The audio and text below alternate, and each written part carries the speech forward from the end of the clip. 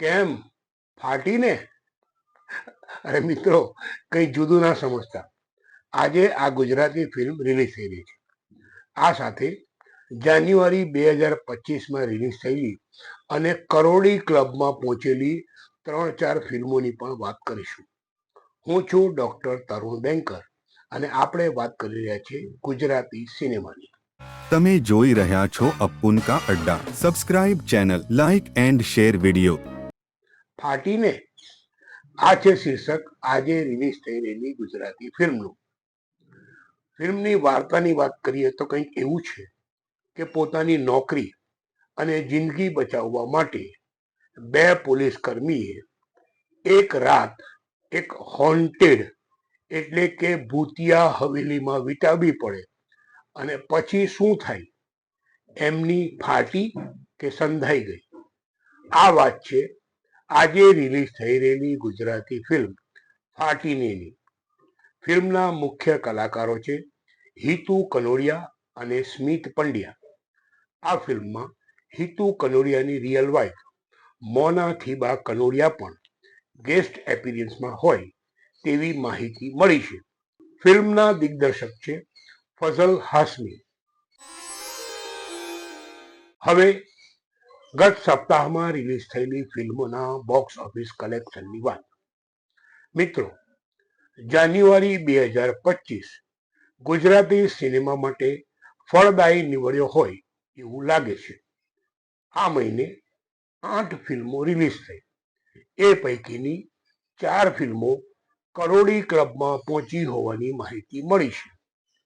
પહેલી ફિલ્મ જે કરોડી ક્લબમાં પહોંચી એ છે કાશી રાઘવ. તો 3 સપ્તાહ પહેલા રિલીઝ થયેલી મોમ તને નહીં સમજાય 3.2 કરોડનું બોક્સ ઓફિસ કલેક્શન મેળવી ચૂકી છે. 2 સપ્તાહ પહેલા રિલીઝ થયેલી તારો થયો 1.1 કરોડનો આંકડો મેળવી ચૂકી છે. તો ગત સપ્તાહે રિલીઝ થયેલી અને અનેક આશાઓ જગાડનાર અભિષેક શાહની ઉમરો પહેલા જ સપ્તાહના અંતે લગભગ 3.1 કરોડનું બોક્સ ઓફિસ કલેક્શન મેળવી ચૂકી છે.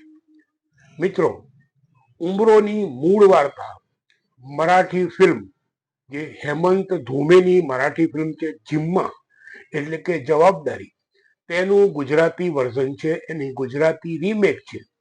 મેં ઉમરો નથી જોઈ, પરંતુ જિમ્મા મેં જોઈ. અદ્ભુત ફિલ્મ છે અને એક પેલી ગુજરાતી કહેવત આવે કે કૂવામાં છે તો હવાડામાં આવ્યું જ હશે. જે રીતે બોક્સ ઓફિસ કલેક્શન મળી રહ્યું છે એ જોતા એવું સ્પષ્ટ થાય છે કે અભિષેક જૈન હેલારોનો જાદુ આ ફિલ્મમાં એટલે કે ઉમરોમાં ઉતારવામાં સફળ થયા છે. आप देख रहे हैं अप्पुन का अड्डा. सब्सक्राइब चैनल, लाइक एंड शेर वीडियो. હવે ગુજરાતી સિનેમા અંગે મારા મનની વાત. મિત્રો, છેલ્લા કેટલાક સમયથી કેટલીક ફિલ્મોની નેગેટિવ પબ્લિસિટી અથવા આ ફિલ્મના સર્જકોને ઊણા કે નીચા ચીતરવાની એક હોડ ચાલી હોય એવું લાગી રહ્યું છે. આ સંજોગોમાં એવી પણ વાત સમજાય છે કે શું ગુજરાતી સિનેમા જગત અમદાવાદ અથવા તો ગુજરાત અને મુંબઈ એમ 2 ભાગમાં વહેંચાઈ રહ્યું છે? હું માનું છું કે આ સ્પર્ધા યોગ્ય નથી, કારણ કે આમ પણ ગુજરાતી સિનેમાને ચલાવવી અઘરી છે અને એમાં મુંબઈનો બહુ જ મોટો સહયોગ હોય છે. ત્યારે ગુજરાતી સિનેમા જેવા નાનકડા ફલકને 2 ભાગમાં વહેંચવા યોગ્ય નથી.